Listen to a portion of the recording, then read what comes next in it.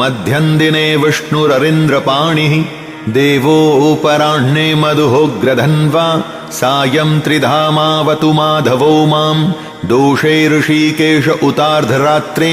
निशीथ एकोऽवतु पद्मनाभः श्रीवत्सधामा पररात्र ईशः प्रत्युष ईशो श्रीधरो जनार्दनः दामोदरो व्यादनुसन्ध्यं प्रभाते विश्वेश्वरो भगवान् कालमूर्तिः चक्रं युगान्तानलतिग्मनेमि भ्रमत्समन्ताद्भगवत्प्रयुक्तं दन्दग्धिदन्दग्ध्यरिसैन्यमाशु कक्षं यथा वातसखो हुताशः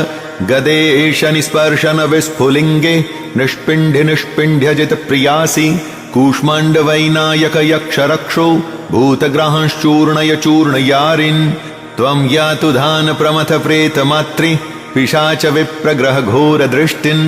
दरिन्द्र विद्रावय कृष्णपु